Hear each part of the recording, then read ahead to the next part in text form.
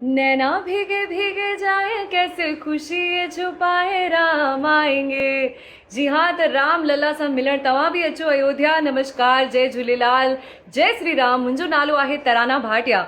Sindhi picture वरदान 2 में तव्हां मूंखे कोमल जे किरदार में ॾिठो हूंदव। ऐं हाणे असां सिंधु एकता मंच पारां मनाए रहिया आहियूं 3rd इंटरनेशनल सिंधी सम्मेलन, उहो बि रामलला जी नगरी अयोध्या में।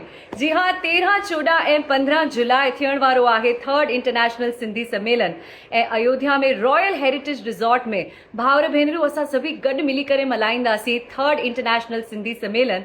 ऐं उन में थींदी सिंधियत जी मौज, ढेर सारो एंटरटेनमेंट, सिंधी साहित्य, सिंधी नृत्य, सिंधी नाट्य ऐं ढेर सारी सिंधी संस्कृति। असां मिली करे उन जा प्रोग्राम्स ॾिसंदासीं ऐं थींदो ढेर सारो एंटरटेनमेंट एंटरटेनमेंट एंटरटेनमेंट।